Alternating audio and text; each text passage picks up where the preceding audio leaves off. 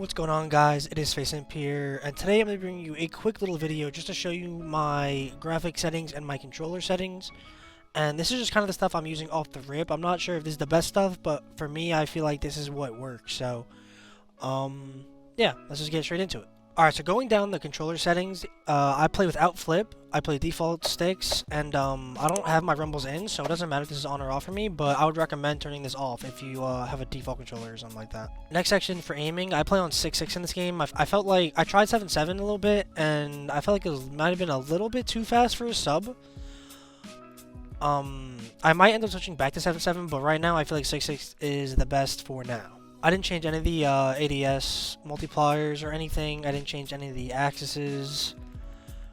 And heading down the gameplay, everything should be about the same. If you want to use ATS, you might as well. If you want to, help your hands out a little bit. If you don't have a beaver or anything. And yeah, that's probably about it for this controller section. So we'll just head right on over to advanced. Alright, so now that we're in the advanced settings, you want to make sure you have target aim assist on. Personally, this year, I think I'm going to use Black Ops aim assist. I've always been a fan of the default aim assist type, but I think I'm going to start leaning more towards the Black Ops aim assist. I don't know why, I just feel like I see a lot of people that switch over to it, or at least that use it, and I don't know. I just want to, switch it up, I guess. Aim response curve type, you want to use dynamic. I feel like that's the best one. It just feels the best. Next for inputs, these you can do yourself. What you want to do is you want to start at 0, and you want to keep going up by 1 until your stick does not move by itself anymore. Like, if you're slowly creeping to the left while your stick isn't moving, you need to up it by 1, and then if you're still doing it, up it again. And it's kind of the same way with both of these. I haven't done it for my controller yet necessarily. I kind of just kept them on 5 because 05 is always a pretty decent starting point for dead zones. Like, if you really don't want to specify it to your controller, then do 05 because it's just the most common in my opinion for people playing competitive. Next for the maxes, I use 75 on the left stick max. I don't know why. I did this last year. I don't know if it does anything. It kind of just feel like, I don't know. I felt like you kind of moved a little bit smoother if you mess around with this a little bit. So that's why I have it on 0.75. I know some people that did it on 0.5. Mess around with it a little bit here and there. But yeah. Right stick I didn't touch. I left on 0.99. And then for the triggers, you want to put them on 0. And I do this because you want your trigger to react basically as soon as you touch it. And having these at 0 will do that. Alright, heading down to move behaviors. You want to have this on toggle. Auto move forward, I have off. But, if you want to have it on, you might as well. Get the step in. Ground and mantle, you want to turn off. You want to have this on partial, and you want to have automatic ground mantle on off. These settings are the same from last game. They're kind of just they kind of just look a little different. And last year we had a partial off, so I'm doing partial off this year. A lot of these settings I haven't really touched, like the invert slide behavior. That's very personalized. Plunging underwater, I haven't even played a water map. You want to make sure you're sprinting door bash on, and honestly, that's really about it on things you have to change in the controller section. I would just make sure you have all the rest of these things on default, just because, a lot of these things you don't really need to change. It's all personalized, so if you want to, go ahead, but personally, I don't need to.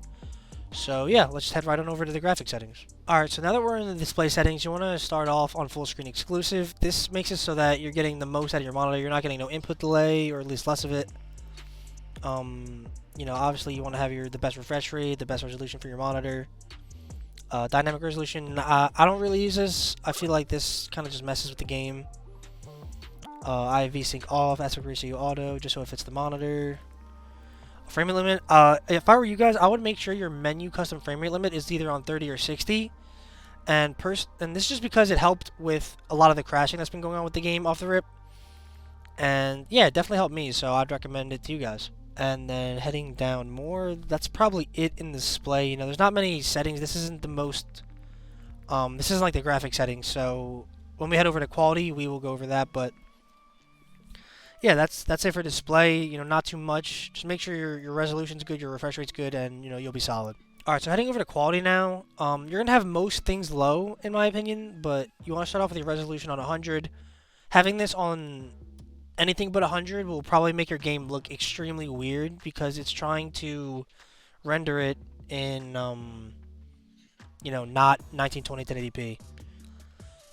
Next, You want to use Fidelity FX Cast, put it on 100. This just helps the game look good. It helps the sharpness. Anti-aliasing, I have Filmic, low, and 9. Oh, never mind. Yeah, I have Filmic SMA, and then low.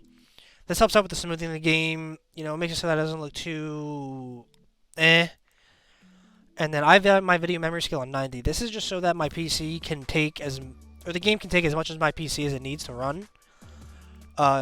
Especially when we're in like certain matches and stuff, it's gonna be super important. But let's get to the nitty-gritty options, man. We got the texture resolutions, we got the everything, and yeah, let's just go down the list, I guess.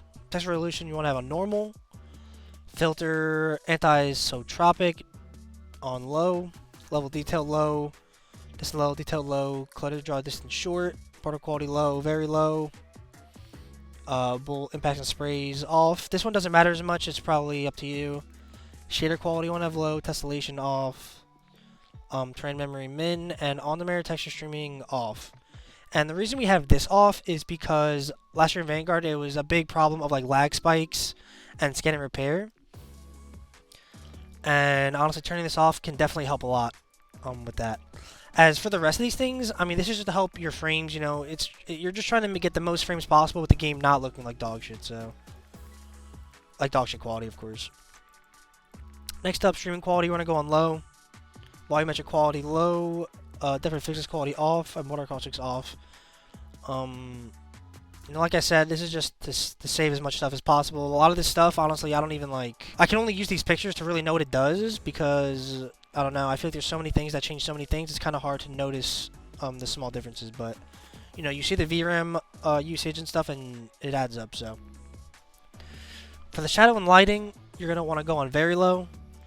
Screen space shadows off, spot shadow quality low, spot cache low, particle lighting low, and ambient occlusion off. The spot caches and the shadows are a big, they really like throttle your PC. They really take a lot of frames, so having these on low, but still being able to see them is super important, like dynamic shadows and such. Because there are certain situations where you can see a person's shadow before they see you, and it can help you out, so. Make sure you have all those.